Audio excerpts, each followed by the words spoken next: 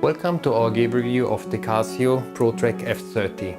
A lot of other reviews complain about the big and bulky size of the watch, but in my opinion, if you compare it to a handheld GPS, the watch is quite small, and if you can substitute the handheld GPS with the watch, this would be pretty amazing. The watch looks great in my opinion, and it's also very comfortable to wear. It's built tough to military standards, and it will withstand dust, hits and other abuse in the outdoors, and it's 50-meter water resistant. The watch has a fitness app built in, but no heart rate monitor, but for our review this is anyhow not of interest. There are two screens built in the watch, one monochrome screen to show basic watch function.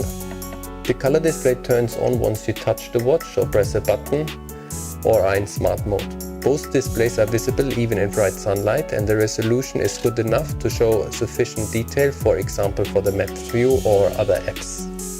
The touchscreen is accurate and works fast as well as the operating system, which is Google's Wear OS. There's a lot of apps you can download in their Play Store, but not all work well with the watch, so you might need to try a few apps until you find the best suitable one for you and your watch. With that, the watch is quite customizable, and no worries, it works also on Apple devices after downloading the app from the App Store.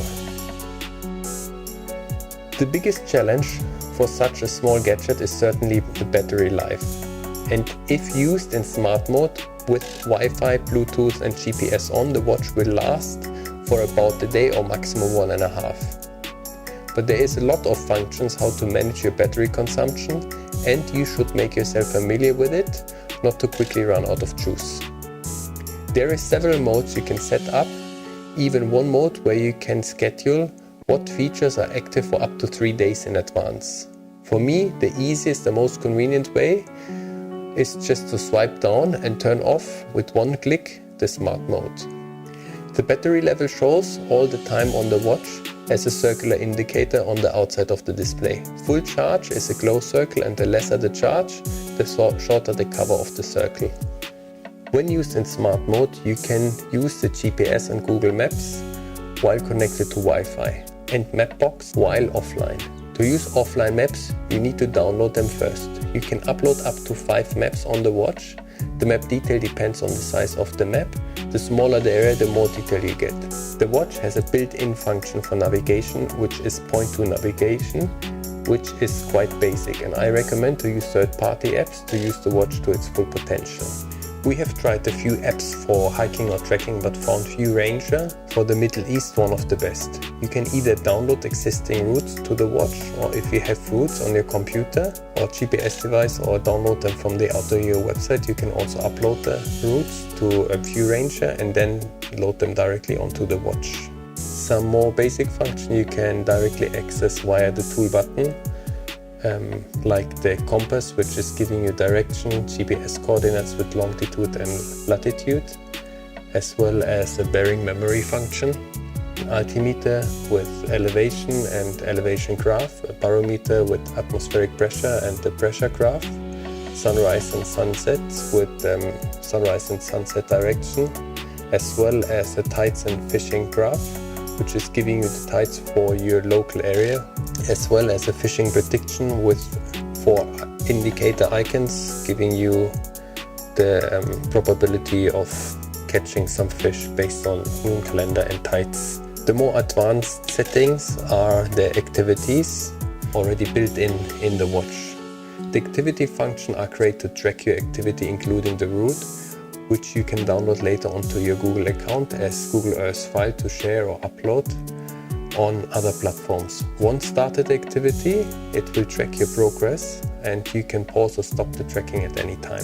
There is different activities. The first one is tracking, which gives you on the first page the current travel speed, current elevation, an elevation goal, elapsed time and current time. On the second page you get total ascent, the ascent pace, as well as total descent and descent pace and distance. On the third page you have the map view, which gives you overview as well as your so far tracked route.